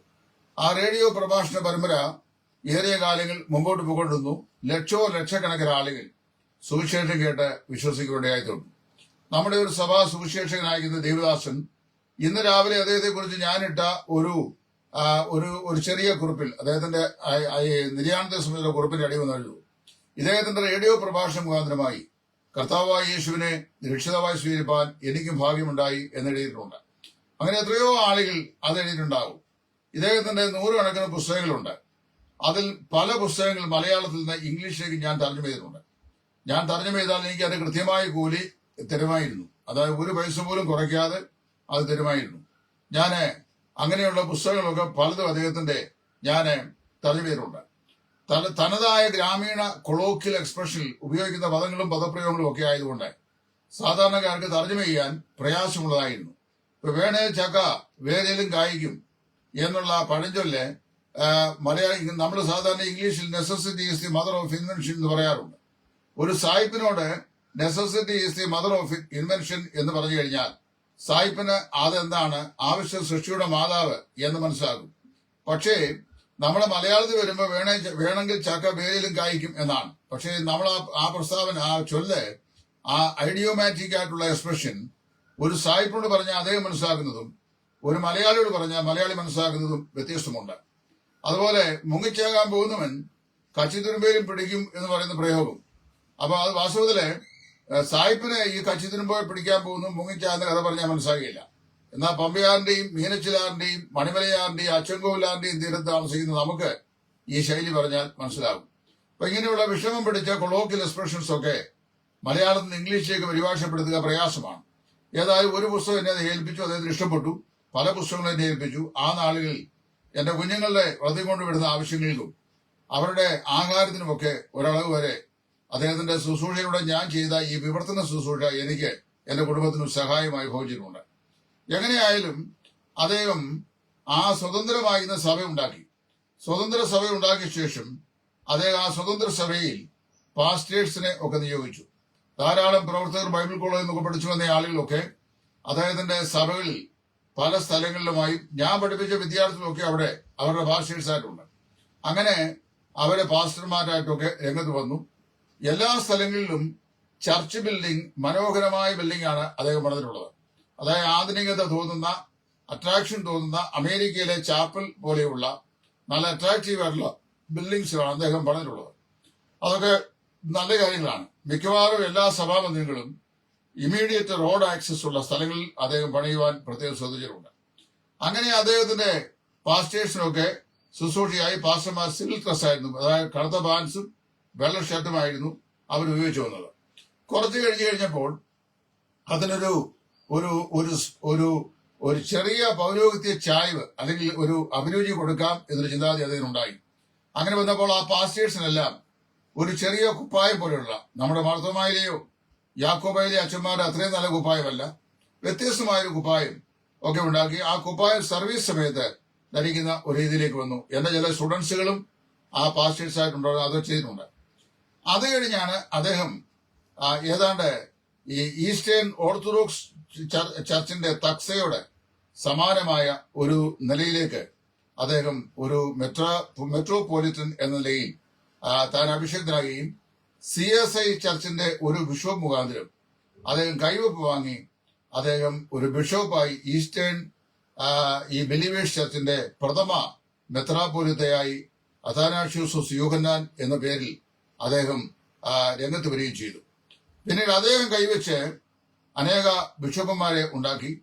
അങ്ങനെ അദ്ദേഹത്തിന്റെ ബിഷപ്പ് സിനോഡും കൂടെ കൂടിയാണ് ബിലീവേഴ്സ് ചർച്ചും ഗോസ്പൽ ഫോർ ഏഷ്യയും ഇപ്പോൾ കൈകാര്യം ചെയ്തുകൊണ്ടിരിക്കുന്നത്. അപ്പൊ ഇദ്ദേഹം വാസ്തവത്തിൽ ഞാൻ സാധാരണയായി ഏതെങ്കിലും ആളുകളുടെയൊക്കെ നിര്യാണത്തെ സംബന്ധിച്ച് ഒരു ഫീച്ചർ ഇട്ട് കഴിഞ്ഞാൽ ധാരാളം ആളുകൾ വരികയും അതിന്റെ അടിയിൽ അനുശോചനം രേഖപ്പെടുത്തുകയോ അല്ലെങ്കിൽ ദുഃഖത്തിന്റെ സ്മൈലി ഇടുകയോ ചെയ്യുമായിരുന്നു. ഇന്ന് ഞാൻ നോക്കി 10 or 60 പേര് മാത്രമാണ് സന്ദർശിച്ചിട്ടുള്ളത്. എനിക്കത് മനസ്സിലായി. അദ്ദേഹത്തിന്റെ സഭാ വീക്ഷണത്തോട് ആൾക്കാർക്കുള്ള വ്യത്യസ്തമായിരുന്ന കാഴ്ചപ്പാടായിരിക്കാം ആളുകൾ എന്റെ ടൈംലൈനിൽ അതിന് കൂടുതൽ ഐക്യമൊന്നും കൊടുക്കാൻ എന്റെ കാരണം. ഞാൻ അങ്ങനെ അദ്ദേഹത്തെ വിമർശിക്കാനും അദ്ദേഹത്തിന്റെ ഏതെങ്കിലും കുറവുകളെ വിലയിരുത്താനും ഒന്നുമല്ല ഇപ്പൊ ഈ സമയത്ത് വന്നത്. ഞാൻ മനസ്സിലാക്കുന്നിടത്തോളം 1-ാം നൂറ്റാണ്ട് മുതൽ 18-ാം നൂറ്റാണ്ട് വരെയുള്ള കാലയളവിൽ സഭകളുടെ വ്യത്യസ്തമായ സമീപനങ്ങൾ ക്രൈസ്തവ സഭാ ചരിത്രത്തിൽ ഉണ്ടായിരുന്നു. അതില് 17-ാം നൂറ്റാണ്ടിലും മറ്റും ഇംഗ്ലണ്ടിൽ രംഗത്ത് വന്ന വെസ്ലിയൻ ചർച്ചസും മെത്തഡിസ്റ്റ് ചർച്ചസും ആംഗ്ലിക്കൻ ചർച്ചസും എല്ലാം പൗരോഹിത്യ സഭകളായിരുന്നു. ലൂതറൻ ചർച്ചസും പൗരോഹിത്യ സഭകളായിരുന്നു. അപ്പൊ ഇദ്ദേഹം ഇങ്ങനെയൊക്കെയുള്ള നിലപാട് സ്വീകരിച്ചത് അതെന്തിനാണ് എന്ന് എനിക്കറിയാൻ വയ്യ. അത് അദ്ദേഹത്തിന്റെ അവരോട് ചോദിച്ചാൽ അദ്ദേഹത്തിന് അറിയത്തുള്ളൂ. അത് അദ്ദേഹത്തിന്റെ വിശാലമായ വീക്ഷണത്തിലുള്ള സുപ്രേക്ഷിത പ്രവർത്തനത്തിന്റെ ലക്ഷ്യം ഉദ്ദേശിച്ചായിരിക്കണം അദ്ദേഹം അത് ചെയ്തത്. അത് എനിക്ക് വ്യക്തിപരമായി അതിനെക്കുറിച്ച് അഭിപ്രായമില്ല. എന്റെ സ്റ്റാൻഡിനെ കുറിച്ച് മാത്രമേ എനിക്ക് അഭിപ്രായമുള്ളൂ. എന്റെ സ്റ്റാൻഡ് എന്ന് പറഞ്ഞു കഴിഞ്ഞാൽ നോൺ എപ്പിസ്കോപ്പൽ ഇൻഡിപെൻഡന്റ് ബിബ്ലിക്കൽ സ്റ്റാൻഡാണ്. ആ സ്റ്റാൻഡിലാണ് ഞാൻ അന്നും ഇന്നും നിൽക്കുന്നത്. എന്നാൽ രക്ഷിക്കപ്പെട്ട ദൈവമക്കളെ ഒക്കെ സ്നേഹിക്കുകയും കരുതുകയും ചെയ്യുകയും ചെയ്യുന്നു. അപ്പൊ ഇന്ന് പകൽക്കാലം ഞാൻ എഴുതിയ ആ ഫീച്ചറിലും ചില ആളുകൾ വന്ന് ചോദിച്ചു, കെ പി യോഹന്നാൻ സ്വർഗരാജ്യത്തിൽ ഉണ്ടായിരിക്കുമോ എന്ന്. അപ്പൊ അതിനടിയിൽ ഞാൻ എഴുതിയിട്ടു, അദ്ദേഹം കർത്താവായ യേശു ക്രിസ്തുവിന്റെ രക്തത്താൽ വീണ്ടെടുക്കപ്പെട്ട ഒരു ദൈവത്തിലായതുകൊണ്ട് നിശ്ചയമായും അദ്ദേഹം സ്വർഗരാജ്യത്തിന് അവകാശിയായിരിക്കും. മാത്രമല്ല, അദ്ദേഹം അനേക ആയിരങ്ങളെ തന്റെ റേഡിയോ പ്രഭാഷണത്തിലും സുപ്രേക്ഷിതപ്പെടുത്തിയിലും കൂടെ കർത്താവിലേക്ക് നടത്തിയിട്ടുണ്ട്. ഇതൊക്കെ വളരെ പ്രയോജനകരമായ ശുശ്രൂഷകളാണ്. നമ്മൾ സാധാരണയായി ഒരു മനുഷ്യനിൽ ഒരു 90% നന്മ ഉണ്ടായിരിക്കുകയും 10% നമുക്ക് ഉൾക്കൊള്ളാൻ കഴിയാത്ത ഏതെങ്കിലും കാര്യങ്ങൾ ഉണ്ടായിരിക്കുകയും ചെയ്താൽ 90% നന്മയെ വിസ്മരിക്കുകയും 10% ഉയർത്തി കാണിക്കുകയും ചെയ്യുന്ന ഒരു പ്രവണത, ഇൻക്ലിനേഷൻ നമുക്കുണ്ടാകാറുണ്ട്. അങ്ങനെയുള്ള ആളുകളാണ് നെഗറ്റീവായ കമന്റുകൾ കൊണ്ട് ഈ ഒരു ചരമക്കോളത്തിൽ പോലും സാധാരണയായി സംസാരിക്കാറുള്ളത്. അതുകൊണ്ട് ഞാൻ അങ്ങനെയുള്ളൊരു സംഗതി ആഗ്രഹിക്കുന്നില്ല. ഞാനിവിടെ പറയാൻ ആഗ്രഹിക്കുന്ന വിഷയം സഭാസംബന്ധമായും ക്രൈസ്തവ വീക്ഷണ സംബന്ധമായും അദ്ദേഹത്തിനുണ്ടായ വ്യതിയാനത്തിന് അദ്ദേഹവും കർത്താവായ യേശു ക്രിസ്തു മാത്രമായി തീർക്കേണ്ട സംഗതിയാണ്. അതിന് നമ്മളോട് ആരുടെ യാതൊരു കണക്കും ആരും ചോദിക്കുകയില്ല. എന്നാൽ അദ്ദേഹം മുഖാന്തരമായി ഉണ്ടായിട്ടുള്ള ചില നന്മകളെ കുറിച്ച് മാത്രം ഞാനിവിടെ പറയുന്നു. ആ നന്മകള് എനിക്കറിയാവുന്ന പല സുവിശേഷകന്മാരും പല ഭാഷന്മാരും ആദ്യ നാളുകളിൽ അദ്ദേഹത്തിന്റെ ഫിനാൻഷ്യൽ സപ്പോർട്ട് വാങ്ങിച്ചിട്ടുണ്ട്. നായ പൈസ ഞാൻ അദ്ദേഹത്തിന്റെ വാങ്ങിച്ചിട്ടില്ല. അദ്ദേഹത്തിന്റെ ആസ്ഥാന മന്ദിരത്തിൽ അതിനുവേണ്ടി സന്ദർശിച്ചിട്ടുമില്ല. എക്സെപ്റ്റ് ഞാൻ അദ്ദേഹത്തിന്റെ പുസ്തകം ഒരു കൂലി തൊഴിലാളിയായി തർജ്ജമ ചെയ്ത് അതിന്റെ ഫീസ് വാങ്ങിയത് ഒഴി. അപ്പൊ ഏതായാലും ഞാൻ ഓർപ്പിക്കട്ടെ, വടക്കേ ഇന്ത്യൻ സുവിശേഷീകരണത്തിന്റെ പേരിൽ നൂറുകണക്കിനല്ല ആയിരക്കണക്കിന് ആളുകൾക്ക് 2 വീലേഴ്സും 4 വീലേഴ്സും അദ്ദേഹം സൗജന്യമായി സംഭാവന ചെയ്തിട്ടുണ്ട്. കേരളത്തിലും അനേകം മിഷണറിമാര് അദ്ദേഹത്തിന്റെ ഈ ഫെസിലിറ്റി ഉപയോഗിച്ചിട്ടുണ്ട്. അതുപോലെ ആയിരക്കണക്കിന് മിഷൻ പ്രവർത്തകർക്ക് സൗജന്യമായി മൈക്ക് സിസ്റ്റം അദ്ദേഹം സംഭാവന ചെയ്തിട്ടുണ്ട്. അനേക സഭാവിഭാഗങ്ങളിൽപ്പെട്ട ആളുകളുടെ അവരെ പരിമിതമായ നിലയിലെങ്കിലും അവരെ സാമ്പത്തികമായി അദ്ദേഹം സഹായിച്ചിട്ടുണ്ട്. പിന്നെ പൈനിയർ ഇവാഞ്ചലിസത്തിന് പ്രത്യേകമായി ശ്രദ്ധ വെച്ചുകൊണ്ട് വടക്കേ ഇന്ത്യൻ സംസ്ഥാനങ്ങളിൽ വേല ചെയ്യുന്ന ആളുകളെ സാമ്പത്തികമായി സഹായിക്കുകയും അവരുടെ പൈനിയർ ഫീൽഡ് ഇവാഞ്ചലിസത്തിന് ആവശ്യമായ സഹായ സേവനങ്ങൾ അദ്ദേഹം ചെയ്തിട്ടുണ്ട്. ചുരുക്കം പറഞ്ഞു കഴിഞ്ഞാൽ 1983 മുതൽ ഇങ്ങോട്ട് ആരംഭിക്കുന്ന 2003 മുതൽ ഇങ്ങോട്ട് ആരംഭിച്ചിട്ടുള്ള അദ്ദേഹത്തിന്റെ വിശാലമായ ഗോസ്പൽ ഫോർ ഏഷ്യ ബിലീവേഴ്സ് ചർച്ചിന്റെ ചുമതലയുള്ള പ്രവർത്തനങ്ങളിൽ അനേക സ്ഥലങ്ങളിൽ മിഷൻ ഫീൽഡുകൾ സ്ഥാപിക്കാനും ശുശ്രൂഷകൾ ഉണ്ടാകുവാനും സഭകൾ സ്ഥാപിതമാകുവാനും അസംഖ്യം ആളുകൾ ക്രൈസ്തവ വിശ്വാസത്തിലേക്ക് വരുവാനും സന്നദ്ധയായിട്ടുണ്ട്. ഇത് അദ്ദേഹത്തിന്റെ ശുശ്രൂഷയുടെ ഒരു നല്ല വശം. മറുവശത്ത് അദ്ദേഹം സാമൂഹിക സേവന രംഗത്തും ആതുര സേവന രംഗത്തും വിദ്യാഭ്യാസ സേവന രംഗത്തും വളരെ പ്രശസ്തമായ നിലയിൽ പ്രയോജനപ്പെടുന്നുണ്ട്. അദ്ദേഹത്തിന്റെയാണ് എരുമേലിക്ക് അടുത്ത് സ്ഥിതി ചെയ്യുന്ന കാർമേൽ എഞ്ചിനീയറിംഗ് കോളേജ്. അതുപോലെ കോന്നിയിലും തിരുവല്ല ബിലീവേഴ്സ് ഹോസ്പിറ്റലും പ്രശസ്തമായ 2 ഹോസ്പിറ്റലുകൾ അദ്ദേഹത്തിന്റെ സ്ഥാപനത്തിന്റെ പേരിൽ നടക്കുന്നുണ്ട്. നാട്ടിൽ ധാരാളം സ്ഥലങ്ങളിൽ അദ്ദേഹത്തിന്റെ ഓർഗനൈസേഷൻസും അതിന്റെ വസ്തുവകളുമുണ്ട്. മനോഹരമായ സ്കൂള്, ബിലീവേഴ്സ് സ്കൂള്, അത് തിരുവല്ലയിൽ ഫംഗ്ഷൻ ചെയ്യുന്നു. ഇവിടുത്തെ സഭാവ്യത്യാസമില്ലാതെ അനേക ആളുകളുടെ കുഞ്ഞുങ്ങളെ ഉന്നത നിലവാരത്തിൽ, വിശേഷാല് ICSE സിലബസിൽ വിദേശ രാജ്യങ്ങളിൽ ലഭിക്കുന്ന വിദ്യാഭ്യാസത്തിന് തത്തുല്യമായ നിലയിലുള്ള അവഗാഹമായ വിദ്യാഭ്യാസം ആ കുഞ്ഞുങ്ങൾക്ക് കൊടുക്കാൻ കഴിയുന്ന മനോഹരമായ സ്കൂളുകൾ അദ്ദേഹം സ്ഥാപിച്ചിട്ടുണ്ട്. ബിലീവേഴ്സ് മെഡിക്കൽ കോളേജ് ഹോസ്പിറ്റൽ എന്ന് പറയുന്നത് വളരെ പ്രശസ്തമായ ഒരു ആശുപത്രിയാണ്. നൂതനമായ എല്ലാ സാങ്കേതിക സൗകര്യങ്ങളുമുണ്ട്. കെട്ടിടങ്ങളുടെ നിർമ്മാണം തന്നെ അമേരിക്കൻ ഹോസ്പിറ്റലുകളുടെ സ്റ്റൈലിലാണ്. അങ്ങനെ അദ്ദേഹം വളരെ വിശാലമായ ഹോസ്പിറ്റൽ, തുച്ഛമായ ഫീസോടുകൂടി ഡോക്ടേഴ്സിനെ കൺസൾട്ട് ചെയ്യാൻ, സീനിയർ ഡോക്ടേഴ്സിനെ കൺസൾട്ട് ചെയ്യാൻ പോലും തുച്ഛമായ തുകയേ ഉള്ളൂ. കഴിഞ്ഞ ദിവസം ഞാൻ എന്റെ ഒരു ആവശ്യത്തിന് ഒരു സർജറിയോട് ബന്ധപ്പെട്ട് ഞാൻ ലേക്ക് ഷോറിലുള്ള ഒരു ഡോക്ടറെ അദ്ദേഹത്തിന്റെ കീഹോൾ ക്ലിനിക്കിൽ പോയി ഞാൻ കൺസൾട്ട് ചെയ്യുമ്പോൾ അദ്ദേഹത്തിന്റെ കൺസൾട്ടേഷൻ ഫീ 500 രൂപയാണ്. ഇന്നും 180 രൂപയാണ് യോഹന്നാൻ KP യോഹന്നാന്റെ സഭയിൽ ഒരു സീനിയർ ഹോസ്പിറ്റൽ സീനിയർ മോസ്റ്റ് ഡോക്ടറെ കൺസൾട്ട് ചെയ്യുന്നതിന് പോലും ചാർജ് വാങ്ങിക്കുന്നത്. അത് വളരെ നല്ല അങ്ങനെ അനേക ആളുകൾക്ക് ആ ഫെസിലിറ്റി ഉപയോഗിക്കാനുള്ള സൗകര്യം ഉണ്ടായിട്ടുണ്ട്. നല്ല വീറും വൃത്തിയും ഒക്കെയുള്ള ഹോസ്പിറ്റലാണ്. ഒരു പ്രാവശ്യം അവിടെ സുഖമില്ലാതെ 10 ദിവസം ഞാൻ അഡ്മിറ്റ് ആയി കിടന്നിട്ടുണ്ട്. ഒരാഴ്ച എന്റെ വൈഫും കിടന്നിട്ടുണ്ട്. നല്ല ആതുര സേവന ശുശ്രൂഷയാണ് ചെയ്യുന്നത്. വിദ്യാഭ്യാസ മേഖലയിൽ എഞ്ചിനീയറിംഗ് കോളേജിലും സ്കൂൾ തലങ്ങളിലുമായി അദ്ദേഹം ചെയ്തിട്ടുള്ള സേവനങ്ങൾ വളരെ വലുതാണ്. അപ്പൊ അദ്ദേഹത്തിന്റെ വിശാല വിഹക വീക്ഷണത്തിൽ താൻ ചെയ്തിട്ടുള്ള ശുശ്രൂഷകൾ വാസ്തവത്തില് ആത്മീയ ലോകത്ത് മാത്രമല്ല, ഭൗതിക ലോകത്തും സമൂഹത്തിന്റെ ഉന്നമനത്തിനും ആവശ്യമായ സംവിധാനങ്ങൾ അദ്ദേഹം ചെയ്തിട്ടുണ്ട്. ഒരു പക്ഷെങ്കിൽ അദ്ദേഹത്തെ വിമർശിക്കുന്ന ആളുകൾ ധാരാളം ഉണ്ടാവാം. ആ ജോലി എന്നെ ദൈവം ഏൽപ്പിച്ചിട്ടില്ല, കാരണം എന്നെ എന്തുകൊണ്ട് KP യോഹന്നാനെ ഏൽപ്പിച്ച പണം ദൈവം ഏൽപ്പിച്ചിട്ടില്ല എന്ന് ചോദിച്ചാൽ, KP യോഹന്നാൻ ചെയ്യുന്ന ഇത്രയും വിശാലമായ പ്രവർത്തനങ്ങൾ എനിക്ക് ചെയ്യാൻ കഴിയത്തില്ലെന്ന് ദൈവത്തിന് അറിയാവുന്നതുകൊണ്ട് ദൈവം എന്നെ ആ കാര്യം ഏൽപ്പിച്ചില്ല. എന്നെ ഏൽപ്പിക്കാത്തൊരു കാര്യം വേറൊരാളെ ദൈവം ഏൽപ്പിച്ചിട്ട് അദ്ദേഹത്തെ കൊണ്ട് ആ ശുശ്രൂഷ ചെയ്യുന്നെങ്കിൽ അതിൽ സന്തോഷിക്കാനല്ലാതെ എനിക്ക് അതിനെ വിമർശിക്കേണ്ട ആവശ്യമില്ല. അദ്ദേഹത്തിന്റെ സ്പിരിച്വൽ സ്റ്റാൻഡ്, അതായത് എപ്പിസ്കോപ്പൽ സ്റ്റാൻഡിനെ ഞാൻ അംഗീകരിക്കുന്നില്ല, അംഗീകരിച്ചിട്ടും ഇല്ല. കാരണം എന്നെ ചോദിച്ചു കഴിഞ്ഞാൽ, അദ്ദേഹം വാസ്തവത്തില് വേദപുസ്തകത്തിന്റെ വെറും ബാലപാഠങ്ങൾ പഠിച്ച ആളല്ല. ബുധനൻ ചിന്താഗതിയുള്ള ബാപ്റ്റിസ്റ്റ് സെമിനാരികളിൽ നന്നായി വേദപുസ്തകം അധ്യയനം ചെയ്ത, അതും അമേരിക്കൻ സ്ഥാപനങ്ങളിൽ അധ്യയനം ചെയ്ത, ആദ്യകാലങ്ങളിൽ വേർപെട്ട വിശ്വാസികളുമായി സജീവ ബന്ധം പുലർത്തിയിട്ടുള്ള ഒരു ദൈവദാസൻ എന്ന നിലയിൽ ഉപദേശത്തിന്റെ ശുദ്ധിയും നിർമ്മലതയും വിശുദ്ധ വേദപുസ്തകത്തിന്റെ ആരാധനാ രീതിയും ഇതെല്ലാം മറ്റൊരാൾ പറഞ്ഞു കൊടുക്കാൻ ആവശ്യമില്ലാതെ വണ്ണം നന്നായി അറിയാവുന്ന ഒരു വ്യക്തിയാണ്. അദ്ദേഹത്തിന്റെ എന്തോ വിശാല വീക്ഷണത്തിലുള്ള പ്രവർത്തനത്തിന് ഒരു പക്ഷെങ്കിൽ ആ സ്റ്റാൻഡ് ഉപകരിക്കപ്പെടും എന്നുള്ള ചിന്താഗതി കൊണ്ടായിരിക്കാം അദ്ദേഹം അങ്ങനെ ഒരു തീരുമാനമെടുത്തു. എന്നാൽ ആ തീരുമാനപ്രകാരം അദ്ദേഹം ഒരു എപ്പിസ്കോപ്പോ ആയി. അപ്പം ബിലീവേഴ്സ് ഈസ്റ്റേൺ ചർച്ചിന്റെ പ്രഥമ മെത്രോപൊലിത്തയായി അദ്ദേഹത്തെ CSIയിലെ ഒരു ബിഷപ്പ് അഭിഷേകം ചെയ്തു.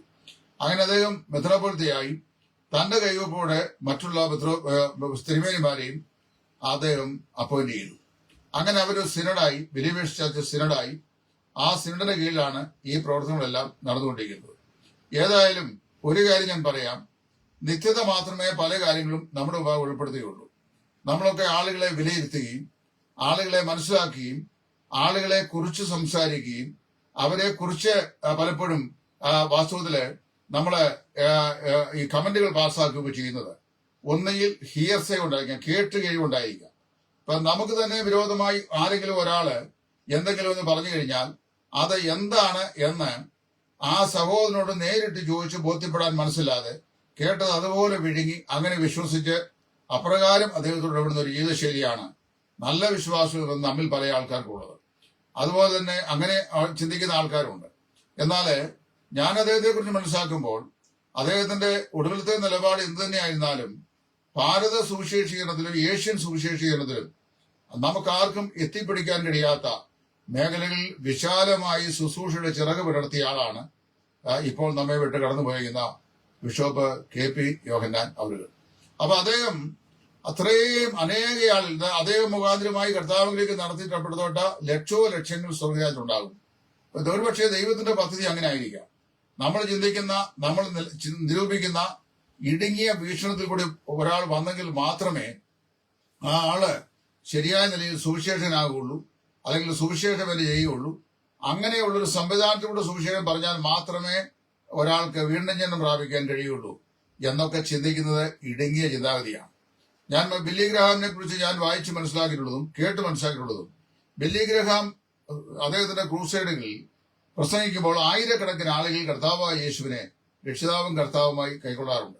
എന്നാൽ രക്ഷിക്കപ്പെട്ട ആളുകളെ പ്രതിഷ്ഠയ്ക്കായി അദ്ദേഹത്തിന്റെ ഡയസിലേക്ക് വരുമ്പോൾ അവർക്ക് വേണ്ടി പ്രാർത്ഥിച്ച ശേഷം അദ്ദേഹം ഇങ്ങനെ പറയാറുണ്ട്: നിങ്ങൾ ന്യൂ ടെസ്റ്റ്മെന്റ് മാതൃക പ്രകാരം, പുതിയ മാതൃക പ്രകാരം വീണ്ടും ജന്മം പ്രാപിച്ച വിശ്വാസികൾ ആരാധിക്കുന്ന ഏതെങ്കിലും ഒരു ആരാധനാ കൂടുവരവുകളിൽ പോയി ദൈവത്തെ ആരാധിക്കണം. ഇങ്ങനെ പറയുന്ന അല്ലാതെ നിങ്ങൾ ഇന്ന സഭയിൽ പോയി ആരാധിക്കണമെന്ന് ബില്ലി ഗ്രഹാം സാധാരണ തന്റെ പ്രസംഗം കേട്ട് വിശ്വസിക്കുമ്പോഴൊന്നും ആരോടും പറയുമായിരുന്നില്ല. അപ്പൊ അതേപോലെ നിങ്ങൾ വീണ്ടും ജന്മം പ്രാപിച്ച വിശ്വാസികൾ ദൈവത്തെ ആരാധിക്കുന്ന ഒരു ആരാധനയോട് ചേർന്ന് മുമ്പോട്ട് പോകണം. സ്വർഗരാജ്യം അതിവിശാലവും അതിലേക്ക് കടക്കുന്നവർ നാനാ ദിശകളിൽ നിന്ന് വരുന്ന ആൾക്കാരാണ്. കർത്താവ് തന്നെ മത്തായിയുടെ സുവിശേഷത്തിൽ പറഞ്ഞു, കിഴക്കുനിന്നും പടിഞ്ഞാറുനിന്നും തെക്കുനിന്നും വടക്കുനിന്നും അനേകർ വന്ന് ദൈവരാജ്യത്തിന്റെ പന്തിയിലിരിക്കുമ്പോൾ രാജ്യത്തിന്റെ പുത്രന്മാരെ ഏറ്റവും വലിയ ഇരുട്ടിൽ തള്ളിയിടും. അവിടെ വലിയ കരച്ചിലും പല്ലുകടിയും ഉണ്ടാവും. രാജ്യത്തിന്റെ പുത്രന്മാർ എന്ന് പറയുന്നത് യഹൂദന്മാരെ കുറിച്ചാണ്. അപ്പൊ കിഴക്കുനിന്നും പടിഞ്ഞാറുനിന്നും വടക്കുനിന്നും തെക്കുനിന്നും ജാതികളുടെ സംഘത്തിൽ നിന്ന് വലിയൊരു കൂട്ടം ആളുകൾ രക്ഷിക്കപ്പെട്ട രക്ഷിത ഗണങ്ങളായി ദൈവരാജ്യത്തിന്റെ പന്തിയിൽ കർത്താവോട് ഇരിക്കുമ്പോൾ ഞങ്ങൾക്കാണ് വെളിപ്പാട് ലഭിച്ചത്, ഞങ്ങൾക്കാണ് ന്യായപ്രമാണം ലഭിച്ചത്, ഞങ്ങളാണ് ദൈവത്താൽ തിരഞ്ഞെടുക്കപ്പെട്ട ജനം, ഞങ്ങളാണ് ദൈവത്തിന്റെ പ്രിയമക്കൾ എന്ന അവകാശം പറഞ്ഞ ഇസ്രായേലിന്റെ നല്ലൊരു വിഭാഗം ആളുകളെ ഏറ്റവും പുറത്തുള്ള ഇരുട്ടിൽ തള്ളിയിടപ്പെടുകയും അവിടെ വിലാപത്തോടെ കരച്ചിലും പല്ലുകടിയും ഉണ്ടാകുകയും ചെയ്യും എന്ന് കർത്താവ് പറഞ്ഞു. അതുകൊണ്ട് സ്വർഗത്തിന്റെ സ്വഭാവത്തെക്കുറിച്ചൊന്നും ഇപ്പോൾ നമുക്കിവിടെ വിലയിരുത്താൻ സാധിക്കുകയില്ല. 2-3 ആഴ്ച മുമ്പ് ഞാന് ഒരു ആർട്ടിക്കിൾ എഴുതി. 3 വർഷം മുമ്പ് ഞാൻ എഴുതിയ ആർട്ടിക്കിളിന്റെ പുനരാവിഷ്കരണമായിരുന്നു അത്. ജോൺ വെസ്ലിയും ജോർജ് വൈറ്റ്ഫീൽഡും ആംഗലേയ സാഹിത്യ ക്രൈസ്തവ ലോകത്തെ അധികായന്മാരായ 2 ദൈവദാസന്മാരായിരുന്നു. അവർ തമ്മിൽ അടിസ്ഥാനപരമായ ചില വ്യാഖ്യാനവശത്ത് അഭിപ്രായ വ്യത്യാസങ്ങൾ ഉണ്ടായിരുന്നു. ഈ വ്യാഖ്യാനവശത്ത് ഉപദേശപരമായ വിഷയങ്ങളിൽ വ്യാഖ്യാനവശത്ത് അടിസ്ഥാനപരമായ ചില വ്യതിയാനമുള്ളതുകൊണ്ട് അവർ ഒന്നിച്ചൊരു പുൾപ്പറ്റിൽ വരികയോ ഒരേ പുൾപ്പറ്റിൽ ഷെയർ ചെയ്ത് ദൈവവചനം സംസാരിക്കുകയോ ചെയ്യുമായിരുന്നില്ല. 2 പേരും 2 വ്യത്യസ്ത നിലയിൽ ഇംഗ്ലണ്ടിന്റെ മണ്ണിലെ സുവിശേഷം കൊണ്ട് ജനഹൃദയങ്ങളെ ഉഴുതുമറിച്ച അധികായന്മാരായ ശുശ്രൂഷകന്മാരായിരുന്നു. എന്നാൽ ഒരു ദിവസം ഈ ജോൺ വെസ്ലിയോട് ഒരാളൊരു ചോദ്യം ചോദിച്ചു, do you believe that you will see George Whitefield in heaven? ചോദ്യം വളരെ അർത്ഥവത്തായിരുന്നു. Do you believe that you will see George Whitefield in heaven? George വൈറ്റ്ഫീൽഡിനെ സ്വർഗത്തിൽ കാണുമെന്ന് താങ്കൾ വിശ്വസിക്കുന്നുവോ എന്ന് ചോദിച്ചു. അപ്പൊ അദ്ദേഹം പറഞ്ഞു, no, I cannot see him. എനിക്ക് അദ്ദേഹത്തെ കാണാൻ കഴിയില്ല. അപ്പോൾ അദ്ദേഹം ഒരു ചോദ്യം ചോദിച്ചു, do you think that he was not a born again person? അദ്ദേഹം രക്ഷിക്കപ്പെട്ട ആളല്ലായിരുന്നു എന്നാണോ നിങ്ങൾ ചിന്തിക്കുന്നത്? അപ്പൊ ജോൺ വെസ്ലി പറഞ്ഞു, certainly he was A born again Christian believer. അദ്ദേഹം നിശ്ചയമായും ഒരു രക്ഷിക്കപ്പെട്ട ക്രിസ്തീയ വിശ്വാസിയായിരുന്നു. അപ്പൊ പിന്നെ അദ്ദേഹം മൂന്നാമത്തെ ചോദ്യം, then why did you say that you will not see George Field in heaven? അങ്ങനെയാണെങ്കിൽ സ്വർഗരാജ്യത്തിൽ ഈ വൈറ്റ്ഫീൽഡിനെ നിങ്ങൾ കാണുകയില്ല എന്ന് പറഞ്ഞതിന്റെ കാരണം എന്താണെന്ന് ചോദിച്ചു. അപ്പോൾ ഈ ആംഗലേയ ക്രൈസ്തവ വിശ്വാസിയും ശുശ്രൂഷകനുമായ ജോൺ വെസ്ലി, ഇംഗ്ലണ്ടിലെ ഏറ്റവും പ്രസിദ്ധനായ പ്രഭാഷകൻ, അദ്ദേഹം ഉപദേശ സംബന്ധമായി മൈന്യൂട്ട് ഡിഫറൻസ് ഉള്ള തന്റെ സഹപ്രവർത്തകൻ ജോർജ് വൈറ്റ്ഫീൽഡിനെ കുറിച്ച് അദ്ദേഹം പറഞ്ഞ കമന്റ് ഇങ്ങനെയായിരുന്നു, he will be so closer to the throne of God, whereas I will be sitting far away, so I cannot see him. അതായത് ഭൂമിയിൽ വെച്ച് ഞങ്ങൾക്ക് നമ്മൾ ഒന്നിച്ചു സഹകരിക്കാൻ പ്രയാസമുള്ള എന്റെ സഹോദരൻ ജോർജ് വൈറ്റ്ഫീൽഡ് ദൈവസിംഹാസനത്തോട് ഏറ്റവും അടുത്തും ഞാൻ അവിടുന്ന് ബഹുദൂരവുമായിരിക്കാൻ എനിക്ക് ജോർജ് വൈറ്റ്ഫീൽഡിനെ കാണാൻ കഴിയുകയില്ല എന്ന് അദ്ദേഹം പറഞ്ഞു. പ്രിയമുള്ളവരെ, ഈ സുവിശേഷത്തിന്റെ ശുശ്രൂഷ ദൈവം പലരെയും ഏൽപ്പിച്ചിട്ടുണ്ട്. നല്ലവനും വിശ്വസ്തനുമായ ദാസനെ എന്നുള്ള സ്വർഗീയ അഡ്രസ്സിങ്ങിന് യോഗ്യനായി തീരുക എന്നുള്ളത് നാം വയ്ക്കുന്ന മാനദണ്ഡങ്ങൾ പ്രകാരം പ്രവർത്തിക്കുന്നവർ എന്നല്ല, മറിച്ച് ദൈവം ഏൽപ്പിച്ച താലന്തുകളെ കർത്താവിന്റെ രാജ്യത്തിന്റെ മഹത്വത്തിനായും വിശ്രുതിക്കായും എത്രത്തോളം വിശ്വസ്തമായി അത് കൈകാര്യം ചെയ്തു എന്നുള്ളതിന്റെ അടിസ്ഥാനത്തിൽ ദൈവം നൽകുന്ന സർട്ടിഫിക്കേഷനാണ്. കെ.പി. യോഹന്നാൻ അദ്ദേഹം വസ്തുക്കൾ വാങ്ങിയോ സംഘടനകൾ പണിതോ എയർപോർട്ടിന് അധീനമായ സ്ഥലം അദ്ദേഹം 2300 ഏക്കർ ഹാരിസന്റെ തോട്ടം കൈവശമാക്കിയോ അദ്ദേഹം എഞ്ചിനീയറിംഗ് കോളേജ് ഉണ്ടാക്കിയോ ആശുപത്രി ഉണ്ടാക്കിയോ സ്കൂൾ ഉണ്ടാക്കിയോ സാമൂഹിക പ്രവർത്തനങ്ങൾ ചെയ്തോ ഇതൊന്നുമല്ല എന്റെ വിഷയം. അദ്ദേഹത്തെ ദൈവം ഏൽപ്പിച്ച ശുശ്രൂഷ അദ്ദേഹം ചെയ്തിട്ടുണ്ട്. ഇനി അദ്ദേഹത്തിന്റെ ഭാഗത്ത് ദൈവം തന്നെ ഏൽപ്പിച്ച ശുശ്രൂഷയുടെ ഏതെങ്കിലും ഭാഗത്തിന് വ്യതിയാനം ദൈവിക കർമ്മപരിപാടിയിൽ നിന്ന് വ്യത്യസ്തമായി അദ്ദേഹത്തിന് ഉണ്ടായിരുന്നു ചിന്തിക്കുക. അതിന് നമ്മളെ ആരെയും ദൈവം തമ്പുരാൻ ന്യായം വിധിക്കുകയില്ല. ന്യായവിധി ദിവസത്തിൽ അത് ഡോക്ടർ യോഹന്നാനും കർത്താവുമായി ആ വിഷയം തീർത്തുള്ളൂ. എന്നോട് ദൈവം ചോദിക്കുന്ന എന്റെ കാര്യം മാത്രമേ ചോദിക്കുള്ളൂ. അതായത് ന്യായം അക്കൗണ്ടുകൾ ടു ബൈ ഗോഡ്. ഞാൻ ദൈവത്തോട് കണക്ക് കൊടുക്കേണ്ടവനാണ്. ഞാൻ കർത്താവിന് സ്വന്തം നിൽക്കുമ്പോൾ ദൈവം എനിക്ക് തന്ന സാവകാശങ്ങൾ, ദൈവം എനിക്ക് തന്ന കഴിവുകൾ, ദൈവം എനിക്ക് തന്ന ഭാഷാ സ്വാധീനതകൾ, ദൈവം എനിക്ക് തന്ന ദൈവവചനത്തിന്റെ അറിവ്, അതിനുള്ള കമ്മ്യൂണിക്കേഷൻ സ്കില്ല്, പിന്നെ ഓർമ്മശക്തി, ദൈവം എന്നെ ഏൽപ്പിച്ച പണം, എനിക്ക് നൽകിയ സാവകാശങ്ങൾ, ഇതിന്റെ എല്ലാം കണക്ക് ദൈവം എന്നോട് ചോദിക്കും. എന്റെ കണക്ക് നിങ്ങളോടായിട്ട് ചോദിക്കുകയില്ല. എന്റെ കണക്ക് എന്റെ അക്കൗണ്ടിൽ മാത്രമായിരിക്കുന്നത്. എന്റെ അക്കൗണ്ടിൽ മാത്രമാണ് ഇവിടെ തുറക്കുന്നത്. നിങ്ങൾ ഓരോരുത്തരുടെയും അക്കൗണ്ടിൽ തുറക്കും. നമ്മൾ വായിക്കുന്നത് പുസ്തകത്തിൽ കർത്താവിന്റെ സന്നിധിയിൽ ചെല്ലുമ്പോൾ പുസ്തകങ്ങൾ തുറന്നാണ് വായിക്കുന്നത്. പുസ്തകം തന്നപ്പോൾ എന്റെ പേര് ടൈറ്റസ് ആണ്. ടൈറ്റസിന്റെ അക്കൗണ്ടിന്റെ പുസ്തകം തുറക്കും. എന്റെ പേരിന്റെ പുസ്തകമുണ്ട് അവിടെ. അപ്പൊ ഞാൻ ചെയ്ത വേല, എന്നെ കുറിച്ചുള്ള ഓർമ്മകള്, എന്റെ മനോഭാവം, എന്റെ പ്രവൃത്തി, എന്റെ ശുശ്രൂഷ, ഇതിന്റെ എല്ലാം രേഖകൾ കുറിച്ചു ചെയ്ത പുസ്തകമുണ്ട്. അത് എന്റെ മാത്രം പുസ്തകമാണ്. നിങ്ങൾ ഓരോരുത്തരുടെയും പേരിൽ ഓരോ പുസ്തകങ്ങളുണ്ട്. ആ പുസ്തകങ്ങൾ തുറക്കപ്പെടും. അതിലെഴുതിയിരിക്കുന്ന പ്രവൃത്തിക്കൊത്ത വിധിയും ഉണ്ടാവും. അല്ലാതെ എന്റെ പ്രവർത്തനത്തിന്റെ അക്കൗണ്ട് KP യോഹന്നാനോടോ KP യോഹന്നാന്റെ പ്രവർത്തനത്തിന്റെ അക്കൗണ്ട് എന്നോടോ ദൈവം ചോദിക്കുകയില്ല. ഏതായാലും ഒരു കാര്യം മനസ്സിലാക്കുക, ഞാൻ ഇന്ന് രാവിലെ അദ്ദേഹത്തിന്റെ നിര്യാണത്തെ കുറിച്ച് ഇട്ട ആ ചരമക്കുറിപ്പിനകത്ത് ഞാൻ എഴുതുന്നു, I don't appreciate any negative comments under this. അതായത് ഈ പോസ്റ്റിനടിയിൽ യാതൊരു നെഗറ്റീവ് കമന്റ്സും ഞാൻ പ്രതീക്ഷിക്കുന്നില്ല എന്ന് ഞാൻ പറഞ്ഞു. കാരണം എന്ന് വെച്ചാല് അതിന്റെ ആവശ്യമില്ല. അദ്ദേഹത്തെ ദൈവം ഏൽപ്പിച്ച സോഷ്യൽ അദ്ദേഹം ചെയ്തു. അദ്ദേഹം ഇപ്പൊ 73-ാമത്തെ വയസ്സിൽ ആകസ്മികമായി അപ്രതീക്ഷിതമായി ഡാളസിൽ വെച്ചുണ്ടായ ഒരു വാഹന അപകടത്തെ തുടർന്ന് അദ്ദേഹത്തിനുണ്ടായ ഹൃദയാഘാതത്താൽ അദ്ദേഹം വിട്ടുപിരിഞ്ഞ് കർത്താവിന്റെ സന്നിധിക്ക്. ചില ആൾക്കാരോട് ചർച്ച ചെയ്യുന്നതും കേട്ടു, അദ്ദേഹം സ്വർഗത്തിലായിരിക്കുമോ നരകത്തിലായിരിക്കുമോ.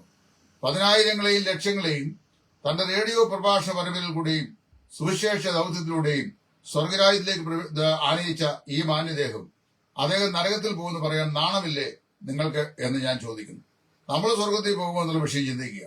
യോഹന്നാൻ സ്വർഗത്തിൽ പോകുമോ ഇല്ലയോ എന്നുള്ള വിഷയത്തെക്കുറിച്ച് തന്നെ വീണ്ടെടുത്ത തന്റെ കർത്താവ് അതിന് നിർണയിച്ചിട്ടുണ്ടാവും. ഒരു പക്ഷേങ്കില് അദ്ദേഹത്തിന്റെ എപ്പിസ്കോപ്പലിസത്തിലേക്കുള്ള വ്യതിയാനമായിരിക്കാം നെഗറ്റീവായ അങ്ങനെയുള്ള ചിന്തകൾ ആളുകളുടെ ഹൃദയത്തിൽ പാകുവാൻ കാരണമായത് എന്ന് ഞാൻ ചിന്തിക്കുന്നു. അത് അദ്ദേഹത്തിന് ലഭിച്ച വീക്ഷണം. നമുക്ക് അങ്ങനെ വീക്ഷണം ഇല്ലെങ്കിൽ അന്ത്യത്തോളം ഇനിമേൽ താൻ നിൽക്കുന്നു എന്ന് തോന്നുവൻ വീഴാതിരിപ്പാൻ മാത്രം സൂക്ഷിച്ചുകൊള്ളട്ടെ. എത്ര ആളുകൾ ഇവിടെ വ്യത്യസ്തമായ തലങ്ങളിൽ കർത്താവിന് വില ചെയ്തു. MA തോമസ് രാജസ്ഥാൻ കോട്ടയെ ആസ്ഥാനമാക്കി അദ്ദേഹം ഇമാനുവേൽ മിനിസ്ട്രി എന്ന പേരിൽ മിനിസ്ട്രി സമാരംഭിച്ചു. അദ്ദേഹം സ്ഥാപിതമായ 100 സ്കൂളുകൾ വടക്കേന്ത്യയിലുണ്ട്. ഇന്ന് അനേകരും അതിന്റെ മാനേജർമാരായി സർവീസ് ചെയ്യുന്നു. ലക്ഷക്കണക്കിന് കുഞ്ഞുങ്ങൾ അവിടെ പഠിക്കുന്നു. ഭാരതത്തിലെ ജനതകളുടെ നടുവിലുള്ള വിദ്യാർത്ഥികൾക്ക് സമൂഹത്തിൽ സമുന്നതമാകുന്ന വിദ്യാഭ്യാസം സംഭാവന ചെയ്യുന്നതിൽ വളരെ പ്രശസ്തമാകുന്ന കാഴ്ചകൾ വെച്ചയാളാണ് MA തോമസ്. അദ്ദേഹം നിത്യത്തിലാണ്. അദ്ദേഹം ബ്രദറുകാരനായിരുന്നു. മാർത്തോമാക്കാരനായിട്ടാണ് കുഴിക്കാലായിൽ അദ്ദേഹം ജനിച്ചത്. അപ്പൊ അദ്ദേഹം പിന്നീട് ബ്രദറുകാരനായിരുന്നു. ബ്രദറുകാരന്റെ കൺവെൻഷൻ പുൽപ്പിൽ അദ്ദേഹം വളരെ ശോഭിച്ച ഒരാളായിരുന്നു. ഇന്ത്യയിലെ വില്യം ഗ്രാം എന്ന ആളുകൾ വിളിക്കുമായിരുന്നു. അത്രയും പ്രൊഫൗണ്ടായിട്ട് അദ്ദേഹം സംസാരിക്കുമായിരുന്നു. അപ്പൊ ഞാൻ പറഞ്ഞത്, എന്നാൽ അതേ ഒരു പ്രത്യേക സമയത്ത് ബിഷപ്പ് എന്ന സ്ഥാനം സ്വീകരിച്ച് അദ്ദേഹം മുമ്പോട്ട് പോയി. അദ്ദേഹത്തിന്റെ ഒരു പ്രസ്ഥാനമൊക്കെ ഉണ്ടായി. അദ്ദേഹത്തിന് പ്രത്യേകമായ ചില രീതികളൊക്കെ ഉണ്ടായിരുന്നു. നമ്മൾ പറയുന്ന പോലെ മാത്രം ഒരാൾ നിന്നെങ്കിൽ മാത്രമേ ആള് സ്വർഗരാജ്യത്തിന് അവകാശിയാകൂ എന്നുള്ള തിയോളജി ഞാൻ ഇതുവരെ പഠിച്ചിട്ടില്ല, ഞാൻ മനസ്സിലാക്കിയിട്ടില്ല. ദൈവത്തിന്റെ ഇഷ്ടം ചെയ്ത് അവനെ പ്രസാദിപ്പിക്കുന്നവരൊക്കെ ദൈവത്തിന്റെ മക്കളാണ്. അപ്പൊ അതുകൊണ്ട് KP യോഹന്നാൻ അദ്ദേഹത്തിന് ഈ ആയുസ്സിൽ ദൈവം കൊടുത്ത് ശുശ്രൂഷ തികച്ചു. അദ്ദേഹത്തെ ഇങ്ങനെ മുമ്പോട്ട് കൊണ്ടുപോകാനാണ് ദൈവത്തിന് ഇഷ്ടമായത്. അദ്ദേഹത്തിന്റെ ഒരു സ്പീച്ചിൽ അദ്ദേഹം നമ്മുടെ നാളുകളെ സംബന്ധിച്ചും നമ്മുടെ ജീവാവസാനം എങ്ങനെയായിരിക്കും എന്നതിനെ കുറിച്ചും നമുക്ക് പറയാനാവില്ല. റോഡിൽ വെച്ചാണോ, വാഹനാപകടത്തിലാണോ, അതോ നമ്മുടെ വീട്ടിൽ വെച്ചാണോ, ആകാശയുടെ യാത്രയിലാണോ നാം ഭൂമിയെ വിട്ട് വേർപെടുന്നത് നമുക്ക് പറയാൻ സാധിക്കില്ല എന്നൊരു സ്പീച്ചിൽ അദ്ദേഹം പറഞ്ഞത് ഇന്ന് ആരോ ഒരു സെഗ്മെന്റ് ഇട്ടേക്ക് ഞാൻ കണ്ടു. നമുക്കാർക്കും ഒരു നിശ്ചയവും നമ്മളെക്കുറിച്ചില്ല. എന്നാൽ ഒരു കാര്യമുണ്ട്, ദൈവം നമ്മിൽ ഓരോരുത്തരെയും ഈ ഭൂമിയിലേക്ക് വിട്ടപ്പോൾ നമ്മെക്കുറിച്ച് ദൈവത്തിന്റെ ഉദ്ദേശമുണ്ട്. ആ ഉദ്ദേശം നാം സാക്ഷാത്കരിക്കാനുള്ളതാണ് ദൈവം നമ്മെ കുറിച്ച് ആഗ്രഹിക്കുന്നത്. മറ്റൊരാള് എന്ത് ചെയ്യുന്നു എന്നുള്ളതല്ല. എന്നെ ദൈവം എന്ത് ഫലമേൽപ്പിച്ചിരിക്കുന്നു, ഞാൻ എപ്രകാരം അതിൽ വിശ്വസ്തനായിരിക്കുന്നു എന്നുള്ളതാണ് നമ്മൾ ചിന്തിക്കേണ്ടത്. ഏതായാലും അദ്ദേഹം തനിക്ക് ലഭിച്ച ദർശനം തികച്ച അദ്ദേഹം ഇപ്പോൾ നിത്യതയിലേക്ക് പോയിരിക്കുന്നു. അദ്ദേഹത്തിന്റെ വിയോഗം വാസ്തവത്തിൽ സങ്കടകരമാണ്. ഇത്രയും ഉന്നതമായ നിലയിൽ കർത്താവിന്റെ വേലയിൽ ആയിരുന്ന ഒരാള് വാസ്തവത്തിൽ ഇങ്ങനെ ഒരു ആകസ്മികമായ ഒരു രീതിയിലൂടെ ഒരു ദേഹവിയോഗം സംഭവിക്കുമെന്ന് ആരും ഒരു പക്ഷേ ചിന്തിച്ചു കാണുകയില്ല. നമുക്കാർക്കും നമ്മളെക്കുറിച്ച് നമ്മൾ എങ്ങനെയാണ് മരിക്കുന്നതെന്ന വിധത്തെക്കുറിച്ച് നിശ്ചയമില്ല. മരണം യാഥാർത്ഥ്യമാണെങ്കിലും അതിന്റെ വിധം നമുക്കറിയാൻ വയ്യ. ദൈവത്തിന് മാത്രമേ അതറിയത്തുള്ളൂ. ഏതായാലും അദ്ദേഹം ഇപ്പോൾ പിരിഞ്ഞ് പോയി എങ്കിലും അദ്ദേഹം മുഖാന്തരമായി ഇവിടെ ഏഷ്യ ഭൂഖണ്ഡത്തിലും ആഫ്രിക്കൻ രാജ്യങ്ങളിലും സ്ഥാപിതമായ അസംഖ്യം സഭകളും അതിലെ വിശ്വാസികളും ഒക്കെയുണ്ട്. അദ്ദേഹം ഇവിടെ എസ്റ്റാബ്ലിഷ് ചെയ്ത ആതുരാലയങ്ങളും അതുപോലെ തന്നെ ബൈബിൾ സെമിനാരികളും വിദ്യാഭ്യാസ സ്ഥാപനങ്ങളും എഞ്ചിനീയറിംഗ് കോളേജുകളും ഒക്കെ ഇവിടെ സ്മൂത്തായി ഫംഗ്ഷൻ ചെയ്യുന്നു. അതെല്ലാം സമൂഹത്തെ ബിൽഡപ്പ് ചെയ്യുന്ന പ്രവൃത്തിയുടെ ഭാഗങ്ങളായിട്ടാണ് ഇരിക്കുന്നത്. അതിന്റെയൊക്കെ ഗുണഭോക്താക്കളാണ് മലയാളികളായ അനേകം ആളുകൾ. അപ്പൊ വാസ്തവത്തില് അദ്ദേഹത്തിന്റെ മരണത്തെ സംബന്ധിച്ച് നെഗറ്റീവായ ഒരു കമന്റും നമ്മളാരും പറയാതെ ദൈവത്തിന് അങ്ങനെയാണ് അദ്ദേഹത്തെ തന്റെ സന്നിധിയിലേക്ക് ചേർക്കുവാനായിട്ട് ഇഷ്ടമായത് എന്ന് നമ്മൾ കരുതുക. ഓരോ മനുഷ്യനും ഭൂമിയെ വിട്ട് ദൈവം തന്നെ തങ്ങളെ ഏൽപ്പിച്ച ശുശ്രൂഷകൾ കഴിഞ്ഞ് കർത്താവിന്റെ സന്നിധിയിലേക്ക് മടങ്ങി ചെല്ലേണ്ടതിന് ഓരോ വിവിധങ്ങളായ വാഹനങ്ങളാണ് ദൈവം അനുവദിച്ചിട്ടുള്ളത്. ചിലരുടെ വാഹനങ്ങൾ വളരെ നേരത്തെ വന്ന് പാർക്ക് ചെയ്ത് കിടക്കും. ഏറിയ നാളുകൾ കിടന്ന ശേഷം മാത്രമാണ് ആളിനെ കൊണ്ട് പോകുന്നത്. ക്യാൻസർ രോഗമൊക്കെ വരുന്ന ആൾക്കാർ അങ്ങനെയാണ്. പാൾസി രോഗമൊക്കെ വരുന്ന ആൾക്കാർ, പാരലൈസ് ആയിട്ടുള്ള ആൾക്കാർ. വേറെ ചിലർക്ക് സൂപ്പർ എക്സ്പ്രസ് പറഞ്ഞു വിടും, പെട്ടെന്ന് നൊടിയിടയിൽ അങ്ങ് കൊണ്ടുപോകും. മറ്റു ചില ആൾക്കാർക്ക് ഓർഡിനറി സർവീസാണ്. അപ്പൊ അങ്ങനെയൊക്കെ ദൈവം ചെയ്യാറുണ്ട്. അപ്പൊ മരണത്തിന്റെ വിധം നമുക്കറിയാൻ വയ്യ, എന്നാൽ മരണം ഉണ്ട് എന്നുള്ള വിഷയം നമുക്കറിയാം. അതുകൊണ്ട് ഞാൻ എന്റെ വാക്കിവിടെ നിർത്തട്ടെ. KP യോഹന്നാൻ എന്ന് പറയുന്ന ബെലിവേഴ്സ് ചർച്ചിന്റെ പ്രഥമ മെത്രാപ്പൊലീത്ത ഇപ്പോൾ വിട്ടുപിരിഞ്ഞ് കർത്താവിന്റെ സ്ഥലമായിരിക്കുന്നു. അദ്ദേഹത്തിന്റെ ആത്മരക്ഷയെക്കുറിച്ച് ആരും സന്ദേഹം ഉന്നയിക്കേണ്ട. അദ്ദേഹം തന്നെ എത്രയോ ആയിരങ്ങളെ ക്രിസ്തുവിന്റെ ക്രൂശും സുവിശേഷ നിമിത്തം കർത്താവിലേക്ക് ആനയിച്ചിട്ടുള്ള ഒരു മനുഷ്യനാണ്. അപ്പോൾ താൻ തന്നെ സുവിശേഷ ദർശനമുള്ളവനായിരുന്നു. എന്നാൽ അദ്ദേഹത്തിന്റെ സുവിശേഷ ദർശനത്തോടുകൂടെ കുറെ ഭൗതിക ദർശനവും അദ്ദേഹത്തിനുണ്ടായിരുന്നു. ആ ഭൗതിക ദർശനത്തിന്റെ എല്ലാം ഗുണഭോക്താക്കൾ വാസ്തവത്തില് KP യോഹന്നാൻ അല്ല, കേരളക്കരയിൽ ജീവിക്കുന്ന നമ്മൾ ഓരോരുത്തരുമാണ്. അദ്ദേഹത്തിന്റെ ആശുപത്രിയിൽ നമ്മൾ പോകുന്നു, ചികിത്സ തേടുന്നു, വിദഗ്ധമായ ചികിത്സകൾ നമുക്ക് ലഭിക്കുന്നു. അദ്ദേഹത്തിന്റെ സ്കൂളുകളിലും കോളേജിലും ഒക്കെ നമ്മൾ പഠിക്കുന്നു. അതുകൊണ്ട് ദൈവം ഈ സമയത്ത് ദുഃഖത്തിലായിരിക്കുന്ന ആ പ്രിയപ്പെട്ടവരെയും ആ സ്ഥാപനത്തിലെ ഉദ്യോഗസ്ഥരെയൊക്കെ ദൈവം ആശ്വസിപ്പിക്കട്ടെ എന്ന് പ്രാർത്ഥിച്ചുകൊണ്ട് തൽക്കാലം ഞാൻ നിർത്തുന്നു. ദൈവനാമം മഹത്വപ്പെടും.